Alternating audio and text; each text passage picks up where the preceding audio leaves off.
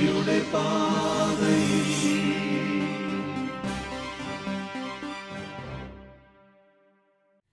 മിശിഹായ്ക്ക് സ്തുതിയായിരിക്കട്ടെ. ഈശോയിൽ പ്രിയ കുഞ്ഞുമക്കളെ, എല്ലാവരും സുഖമായിരിക്കുന്നോ? ഇന്ന് ടീച്ചർക്ക് കുറേ പേരുടെയൊക്കെ മുഖത്ത് നല്ല സന്തോഷം കാണുന്നുണ്ടല്ലോ. ഇന്ന് എല്ലാവരും പഠിക്കാൻ റെഡിയായിട്ട് വന്നിരിക്കുകയാണല്ലേ. അപ്പോൾ എല്ലാവരും ഒന്ന് ചാടി എഴുന്നേറ്റേ, നമുക്ക് ഈശോയോട് പ്രാർത്ഥിക്കാം. കാരുണ്യവാനായ ഈശോയെ, ഞങ്ങൾക്ക് പാപമോചനവും ദൈവിക ജീവനും പ്രദാനം ചെയ്യുവാൻ തിരുശരീര രക്തങ്ങൾ നൽകിയ ഈശോയെ, വേണ്ടത്ര യോഗ്യതയോടെ അങ്ങയെ ഞങ്ങളുടെ ഹൃദയത്തിൽ സ്വീകരിക്കുവാനുള്ള അനുഗ്രഹം തരണമേ. ആമേ. അപ്പം നമ്മൾ ഏത് പാഠമാണ് പഠിക്കുന്നതെന്ന് എല്ലാവർക്കും ഓർമ്മയുണ്ടല്ലോ. നമ്മൾ 8ാമത്തെ പാഠം ഈശോയെ സ്വീകരിക്കുവാൻ, അതിൻ്റെ 2ാം ഭാഗമാണ് ഇന്നല്ലേ. അപ്പോൾ ആദ്യം പഠിച്ച കാര്യങ്ങളൊക്കെ നിങ്ങൾ ഓർക്കുന്നുണ്ടോ? എന്തൊക്കെയായിരുന്നു നമ്മൾ പഠിച്ചേ? നമ്മൾ ആദ്യം ശിഷ്യന്മാരുടെ എമ്മാവൂസിലേക്കുള്ള യാത്രയെക്കുറിച്ചാണ് പഠിച്ചതല്ലേ. എന്തായിരുന്നു? ശിഷ്യന്മാർ ഈശോയുടെ മരണവും ഉത്ഥാനവും പീഡാനുഭവം എല്ലാം കഴിഞ്ഞപ്പോൾ അവർ ജെറുസലേമിൽ നിന്ന് അവർ പോവുക. എങ്ങോട്ടാണ് പോകുന്നത്? എമ്മാവൂസിലേക്ക്. കാരണം ശിഷ്യന്മാരെല്ലാം പല വഴിക്ക് പോയി. അവരാകെ പേടിച്ച് അവിടുന്ന് എമ്മാവൂസിലേക്ക് പോവുക. അപ്പോൾ അവരുടെ കൂടെ ഈശോ കൂടി അല്ലേ. പക്ഷെ അവർ ഈശോയെ തിരിച്ചറിഞ്ഞില്ല. പിന്നെ എപ്പോഴാണ് അവർ ഈശോയെ തിരിച്ചറിഞ്ഞേ? ഈശോ അവർക്ക് വിശുദ്ധ ലിഖിതങ്ങളെല്ലാം വ്യാഖ്യാനിച്ചു കൊടുത്തു, അവർക്ക് മനസ്സിലാക്കി കൊടുത്തു. എന്തിനാണ് ഈശോയുടെ പീഡാനുഭവത്തെയും മരണത്തെയും കുറിച്ച് ബൈബിളിൽ നേരത്തെ തന്നെ പറഞ്ഞിട്ടുള്ള കാര്യമൊക്കെ അവർക്ക് മനസ്സിലാക്കി കൊടുത്തു. അതിനുശേഷം അപ്പം എടുത്ത് ആശീർവദിച്ച് അവർക്ക് കൊടുത്തു. അപ്പോഴാണ് അവർക്ക് മനസ്സിലായത് ഇത് ഈശോയാണെന്നുള്ളത്. അത് ടീച്ചർ പറഞ്ഞതെന്ന് ഓർമ്മയുണ്ടോ? അപ്പം അവരുടെ ഉള്ളിൽ, അപ്പത്തിൻ്റെ രൂപത്തിൽ ആരാണ് അവരുടെ ഉള്ളിലേക്ക് വന്നത്? ഈശോ തന്നെയാണ് അപ്പത്തിൻ്റെ രൂപത്തിൽ അവരുടെ ഉള്ളിലേക്ക് വന്നതല്ലേ. ഇതുപോലെയാണ് നമ്മളും വിശുദ്ധ കുർബാന സ്വീകരിക്കുമ്പോൾ നമ്മുടെ ഉള്ളിലേക്ക് ആരാ വരുന്നത്? ഈശോയാണ് നമ്മുടെ ഉള്ളിലേക്ക് വരുന്നത് അല്ലേ. ആ ബോധ്യം എല്ലാവരിലും ഉണ്ടാകണം. പിന്നെ നമ്മൾ എന്താ കഴിഞ്ഞ ക്ലാസ്സിൽ പഠിച്ചേ? വിശുദ്ധ കുർബാനയിലൂടെ ഈശോ തൻ്റെ ശരീരവും രക്തവും നമ്മുടെ ആത്മാവിന് ഭക്ഷണമായി നൽകുന്നു. അപ്പോൾ ടീച്ചർ കഴിഞ്ഞ ക്ലാസ്സിൽ പഠിപ്പിച്ചില്ലേ, നമ്മുടെ ശരീരത്തിന് വേണ്ട ഭക്ഷണം ഏതൊക്കെയാണെന്നൊക്കെ പറഞ്ഞത് ഓർമ്മയുണ്ടോ? നമ്മുടെ ആത്മാവിന് വേണ്ട ഭക്ഷണമാണ് ഈശോയുടെ ശരീരവും രക്തവുമാകുന്ന വിശുദ്ധ കുർബാന. പിന്നെ ഈ ഭക്ഷണം നമുക്ക് പാപമോചനവും ദൈവിക ജീവനും പ്രദാനം ചെയ്യുന്നു. ഇതെല്ലാം നമ്മൾ കഴിഞ്ഞ ക്ലാസ്സിൽ പഠിച്ചതാണല്ലേ. ഇനി ഈശോയുടെ ശരീരരക്തങ്ങൾ സ്വീകരിക്കുന്നതിന് വേണ്ട യോഗ്യതകൾ എന്തൊക്കെയാണ്? പറഞ്ഞേ. വിശുദ്ധി വേണം, കൃപാവരവസ്ഥയിലാണോ നാം എന്ന് ആത്മശോധന ചെയ്യണം. പിന്നെ മാരകമായ പാപങ്ങളോടെ വിശുദ്ധ കുർബാന സ്വീകരിക്കാൻ പാടില്ല. അനുരഞ്ജന കൂദാശയിലൂടെ പാപമോചനം നേടി ഹൃദയവിശുദ്ധിയോട് വേണം ഈശോയെ സ്വീകരിക്കാൻ. അപ്പോൾ ഇത്രയും കാര്യങ്ങളാണ് നമ്മൾ കഴിഞ്ഞ ക്ലാസ്സിൽ പഠിച്ചത്. എല്ലാവർക്കും ഓർമ്മയുണ്ടോ അതൊക്കെ? ഇനി ടീച്ചർ അടുത്ത കാര്യങ്ങൾ പഠിപ്പിക്കാം. സ്നേഹത്തിൻ്റെ ഈ കൂദാശ സ്വീകരിക്കുമ്പോൾ ദൈവത്തോടും സഹോദരരോടും ഐക്യപ്പെട്ട് ജീവിക്കുക ആവശ്യമാണെന്ന് നാം ഓർമ്മിക്കണം. ഏതാ ഈ സ്നേഹത്തിൻ്റെ കൂദാശ? വിശുദ്ധ കുർബാന. വിശുദ്ധ കുർബാന സ്വീകരിക്കുമ്പം അപ്പത്തിൻ്റെ രൂപത്തിൽ ഈശോ നമ്മുടെ ഉള്ളിൽ വരികയാണല്ലേ. ഈശോ നമ്മുടെ ഉള്ളിൽ വന്നു കഴിയുമ്പോൾ നമ്മൾ സ്നേഹത്തോടും നമ്മുടെ സഹോദരോടെല്ലാം നല്ല ഐക്യപ്പെട്ട് വേണം നമ്മൾ ജീവിക്കാൻ. വിശുദ്ധ കുർബാനയിലെ സമാധാനാശംസ ഇക്കാര്യമാണ് നമ്മെ ഓർമ്മിപ്പിക്കുന്നത്. നമ്മൾ കുർബാന കഴിയുമ്പോൾ വൈദികൻ എന്താ ചെയ്യുന്നത്? കുർബാനയുടെ അവസാന ഭാഗത്ത് എന്താ ചെയ്യുന്നത്? നിങ്ങൾക്ക് വൈദികൻ സമാധാനമാണ് ആശംസിക്കുന്നത് അല്ലേ. നിങ്ങൾ കേട്ടിട്ടില്ലേ? അങ്ങനെ സമാധാനം ആശംസിച്ച് നിങ്ങൾ വീട്ടിൽ വന്നു കഴിയുമ്പം പിന്നെ പപ്പായും മമ്മിയോടും ചേച്ചിമാരോടും ചേട്ടന്മാരോടൊക്കെ വഴക്കൂടാൻ പാടുണ്ടോ? ഇല്ല. കാരണം ഈശോ നമ്മുടെ ഹൃദയത്തിലേക്ക് എഴുന്നള്ളി വന്നു. ആ ഈശോയുടെ സമാധാനത്തിലും സന്തോഷത്തിലും നമ്മുടെ വൈദികൻ അവിടെ നമുക്ക് സമാധാനം ആശംസിച്ചു തന്നു അല്ലേ. അപ്പോൾ ആ സമാധാനത്തിൽ വേണം നമ്മൾ വീട്ടിലോട്ട് പോകാനായിട്ട്.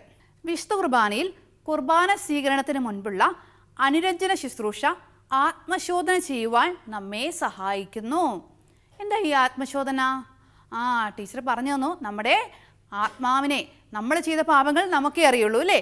നമ്മൾ ഏതൊക്കെ പാപം ചെയ്തു നമുക്കല്ലേ അറിയത്തുള്ളൂ. അപ്പം നമ്മൾ സ്വയം പരിശോധിക്കണം.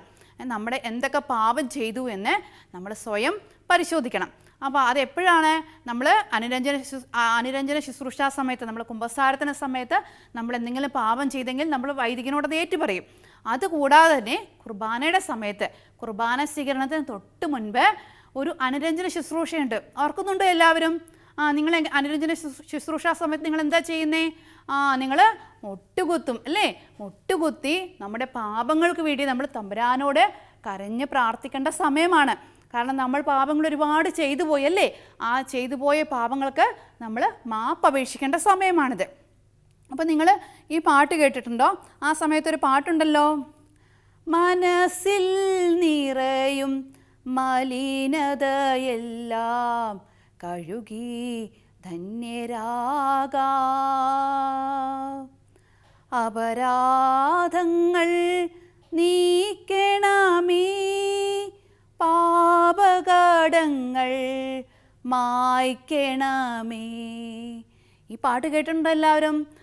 വളരെ ഭയഭക്തിപൂർവ്വം നമ്മൾ ചെല്ലേണ്ട ഒരു പാട്ടാണ്.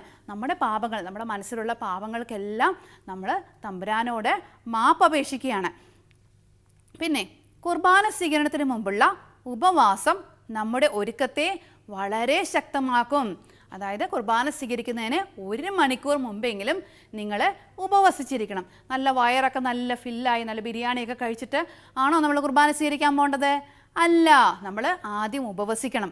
ഉപവസിച്ച് പ്രാർത്ഥിച്ച് അനുരഞ്ജന ശുശ്രൂഷ സമയത്ത് നമ്മൾ കരഞ്ഞ് പ്രാർത്ഥിച്ചിട്ട് വേണം നമ്മൾ കുർബാന സ്വീകരിക്കാനായിട്ട്. നമ്മിലേക്ക് എഴുന്നള്ളി വരുന്ന ഈശോയെ സ്നേഹപൂർവ്വം നമുക്ക് സ്വീകരിക്കാം.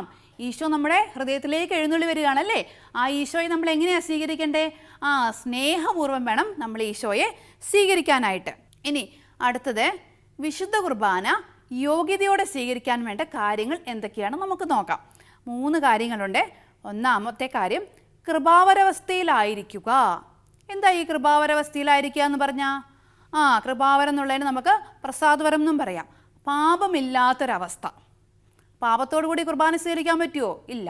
പാപമില്ലാത്തൊരവസ്ഥയ്ക്കാണ് കൃപാവരാവസ്ഥയിലായിരിക്കുക എന്ന് പറയുന്നത്. അപ്പോൾ കുർബാന യോഗ്യതയോടെ സ്വീകരിക്കാൻ വേണ്ട കാര്യങ്ങൾ 3 എണ്ണമാണ്. ആദ്യത്തെ കാര്യം കൃപാവരാവസ്ഥയിൽ ആയിരിക്കുക. രണ്ടാമത്തെ കാര്യം, ദിവ്യകാരുണ്യ സ്വീകരണത്തിന് മുമ്പേ 1 മണിക്കൂറെങ്കിലും ഉപവസിക്കുക. നമ്മൾ കുർബാന സ്വീകരിക്കുന്നതിന് 1 മണിക്കൂറെങ്കിലും നമ്മൾ ഉപവസിച്ച് തമ്പുരാനോട് പ്രാർത്ഥിക്കണം. പിന്നെ വേണ്ടത്ര ഭക്തിയും ഒരുക്കവും ഉണ്ടായിരിക്കുക. കുർബാനയുടെ സമയത്ത് പരസ്പരം തോണ്ടുന്നതൊക്കെ ശരിയാണോ? ഇല്ല. നല്ല ഭയഭക്തിയോടുകൂടി നമ്മുടെ ഏറ്റവും വലിയ നാഥനായ ഈശോയെ നമ്മുടെ ഹൃദയത്തിൽ സ്വീകരിക്കുക അല്ലേ? അപ്പോൾ എങ്ങനെ വേണം? നമ്മൾ കുർബാനയ്ക്ക് നിൽക്കുമ്പം, പള്ളിയിൽ നിൽക്കുമ്പം ഭയഭക്തിയോടെ നമ്മൾ വേണം നമ്മുടെ ഈശോയെ സ്വീകരിക്കാനായിട്ട്, ഒരുങ്ങാനായിട്ട്. അപ്പോൾ നമ്മൾ കുർബാന സ്വീകരിക്കാൻ വേണ്ട യോഗ്യതകൾ എന്തൊക്കെയാണ്? കൃപാവരാവസ്ഥയിലായിരിക്കുക, ദിവ്യകാരുണ്യ സ്വീകരണത്തിന് മുമ്പ് 1 മണിക്കൂറെങ്കിലും ഉപവസിക്കുക, വേണ്ടത്ര ഭക്തിയും ഒരുക്കവും ഉണ്ടായിരിക്കുക. ഇനി ഈശോയുടെ ശരീരവും രക്തവും സ്വീകരിക്കുന്ന എല്ലാവരും ഈശോയുടെ ദൈവിക ജീവനിൽ പങ്കാളികളാകുന്നു.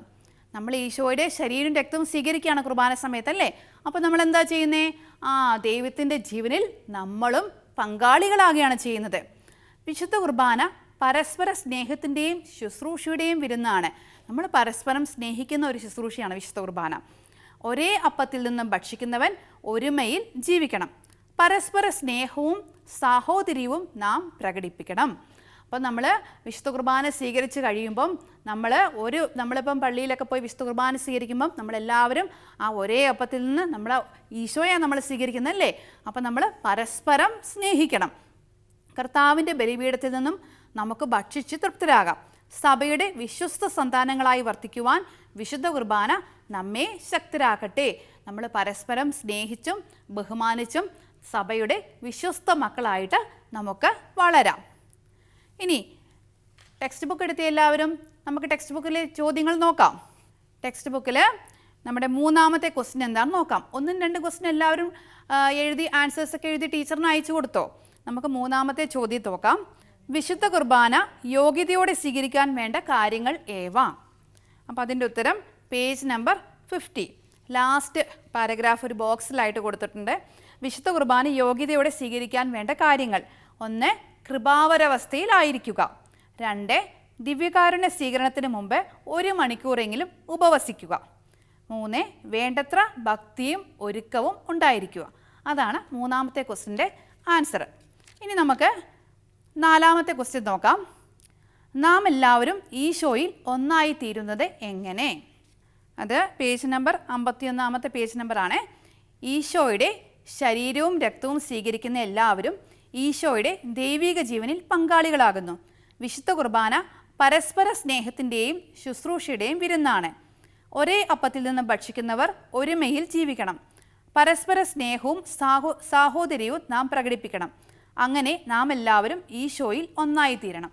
അപ്പോൾ ഈ 2 ചോദ്യത്തിൻ്റെയും ഉത്തരം നിങ്ങൾ നോട്ട്ബുക്കിൽ എഴുതി നിങ്ങളുടെ ടീച്ചറിന് അയച്ചു കൊടുക്കണം. പിന്നെ ഈ പാഠം പഠിച്ചു കഴിയുമ്പോൾ നമ്മളൊരു തീരുമാനമെടുക്കണം. എന്തായിരിക്കണം നിങ്ങളുടെ തീരുമാനം?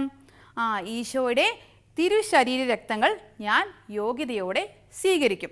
പിന്നെ ടീച്ചർ നിങ്ങൾക്കൊരു ഹോംവർക്ക് കൂടെ തരാം കേട്ടോ. പേജ് നമ്പർ 52-ൽ ഈശോയെ യോഗ്യതയോടെ സ്വീകരിക്കാൻ വേണ്ട കാര്യങ്ങൾ പദസഞ്ചിയിൽ നിന്നും തിരഞ്ഞെടുത്തെഴുതുക. അതൊരു നിങ്ങൾക്ക് എല്ലാവർക്കും അറിയാവുന്ന കാര്യമേ ഉള്ളൂ. ടീച്ചർ ഇപ്പോൾ പഠിപ്പിച്ച കാര്യങ്ങളേ ഉള്ളൂ. അപ്പം നിങ്ങൾ അതെടുത്ത് എഴുതണം. അപ്പോൾ എല്ലാവരും ഒന്ന് എഴുന്നേറ്റേ, നമുക്ക് പ്രാർത്ഥിക്കാം. സ്നേഹസമ്പന്നനായ ഞങ്ങളുടെ പ്രിയപ്പെട്ട ഈശോയെ, അവിടുത്തെ സ്വീകരിച്ച് ദൈവാനുഗ്രഹത്തിൽ ജീവിച്ച് ജ്ഞാനത്തിലും പ്രായത്തിലും ദൈവത്തിൻ്റെയും മനുഷ്യരുടെയും പ്രീതിയിൽ വളരുവാനുള്ള വലിയ കൃപ ഞങ്ങൾക്ക് തരണമെന്ന് ഞങ്ങൾ ഒന്നു ചേർന്ന് അപേക്ഷിക്കുന്നു.